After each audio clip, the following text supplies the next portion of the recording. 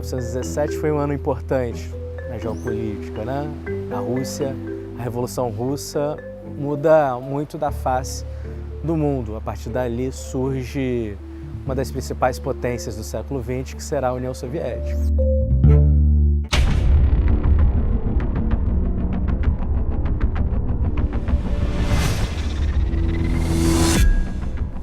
Sondern dass wir sind Angehörige eines Volkes. Em 1933, o nazismo com Hitler chega ao poder na Alemanha. O Brasil é informado por essas duas grandes forças internacionais, né? O que está acontecendo na Rússia e o que está acontecendo na Alemanha.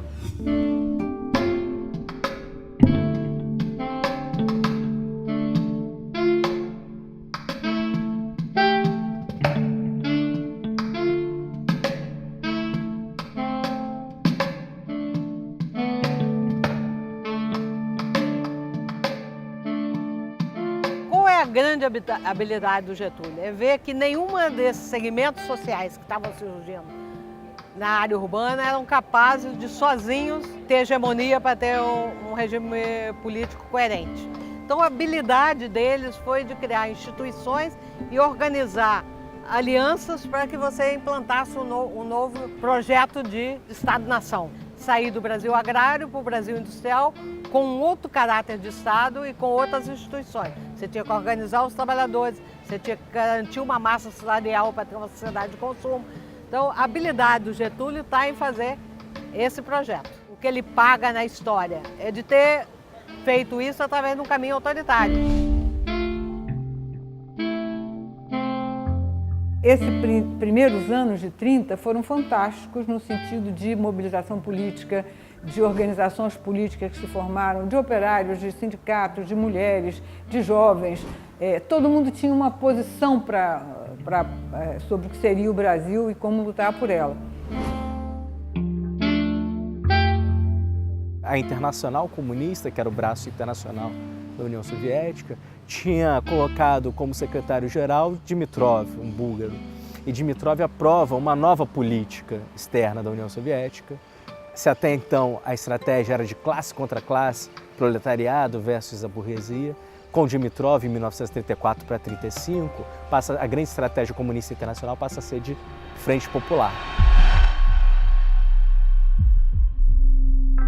A construção da Aliança Nacional Libertadora, a ANL, é a aplicação da Frente Popular no Brasil. Esses comunistas vão começar a se organizar contra o governo de Getúlio. O inimigo não era mais apenas para o proletariado a burguesia, mas o nazismo. E se o inimigo é o nazismo, vale a pena, inclusive, ter setores da burguesia ao seu lado para lutar contra o nazismo. Mas o Partido Comunista tem muito pouca expressão nessa época. Quem vai, vamos dizer assim, representar os anseios das camadas médias urbanas, dos militares, são os tenentes. E é um grupo de tenentes que realmente se organiza pensando que é preciso regenerar a Revolução de 30. A posição dos tenentes é essa. E eu insisto que são eles que vão fundar a Aliança Nacional Libertadora.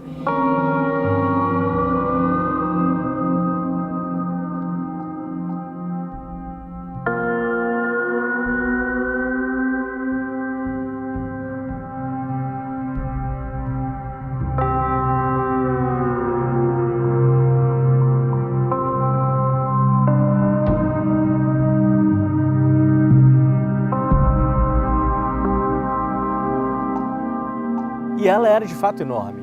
Tinha mais de 1000 diretórios por todo o país, milhões de pessoas se organizavam em torno dela, né? E tinha um programa claramente contra o governo de Getúlio, um programa que era anti-imperialista, um programa que era antifascista, um programa que era anti-latifundiário, um programa que defendia a nacionalização das empresas internacionais que estavam no país, um programa que defendia o fim do latifúndio, né? Então, educação pública, né? Então, era um programa avançado para o país. Ela faz questão de dizer que ela não é um partido político e que ela não almeja o poder.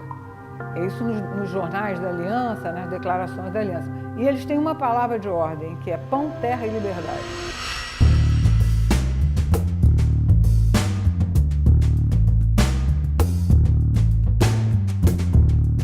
É Prestes que vai fazer essa ligação entre os tenentes e o Partido Comunista.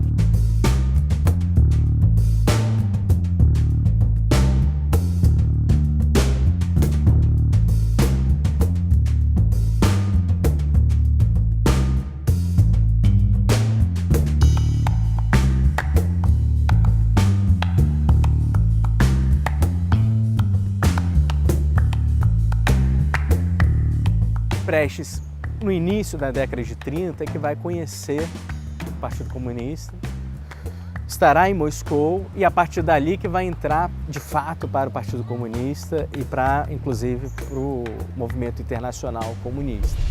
Prestes volta e percebe um vazio sobre o poder no programa da Aliança Nacional Libertadora. Eles não são um partido político, eles não almejam o poder.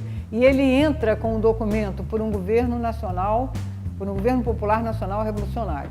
Eles querem derrubar o Getúlio e fazer um governo popular democrático, que vai dar liberdade democrática, vai dar amplo acolhimento à classe operária, às reivindicações da classe operária, mas eles não propõem uma ditadura do proletariado, soviético, nada disso.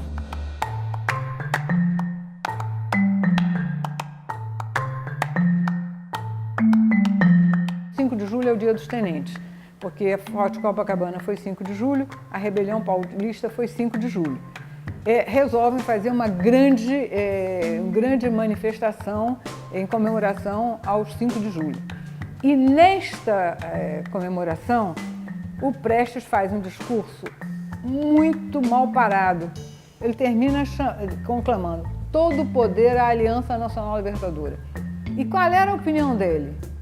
Eu quero que o governo, ninguém tenha medo de comunismo, nem de soviético, nem nada. Então vamos dizer, o poder é para a aliança, não é para nenhum soviético. Só que ele esqueceu que a palavra de ordem de Lenin, em 17, foi todo o poder aos soviéticos. E quando ele diz todo o poder à Aliança Nacional Libertadora, isso foi o que o governo estava esperando uma oportunidade.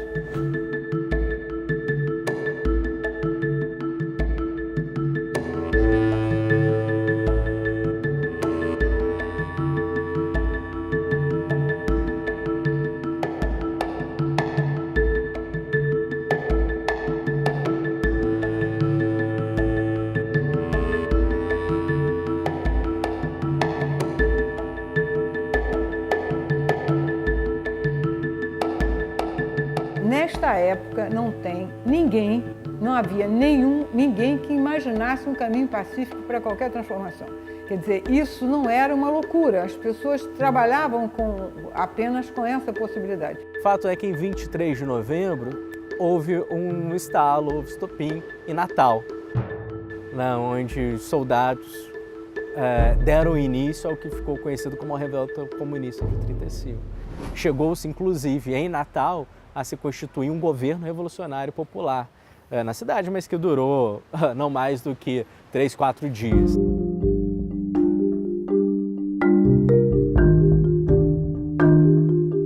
Logo em seguida, no dia 24, no dia seguinte, a revolta chega em Pernambuco, mas em Pernambuco, diferente de Natal, foi muito rápido a derrota. Em Pernambuco, o Levante, um dos seus principais dirigentes foi Gregório Bezerra, um importante quadro do movimento comunista, era sargento na época, mas rapidamente foi debelada. Ninguém sabia o que tinha acontecido no Nordeste, vinham notícias assim vagas e mentirosas. Os jornais de Natal diziam que o Brasil estava todo levantado. E então Prestes resolve que está na hora de levantar. O plano era militar.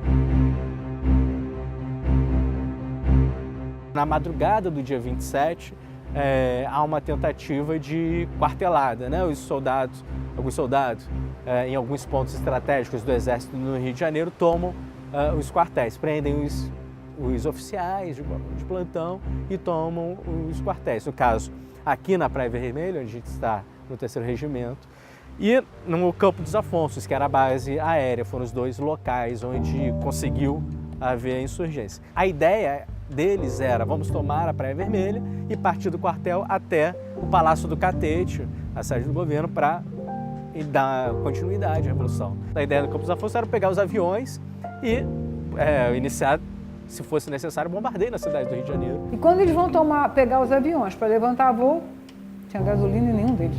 Quer dizer, o improviso foi uma coisa assim impressionante. Aí chega de manhã cedo, a ordem foi debandar. Cada um sair para um lado pelo mato, sair correndo, alguns safaram, outros foram presos. E aqui na própria Praia Vermelha também o Exército, aí não só o Exército, né, a Aeronáutica, a Marinha, bombardeiam toda a região e conseguem impedir, cerca de 20 soldados morrem, 20 revoltosos morrem, conseguem impedir esse avanço.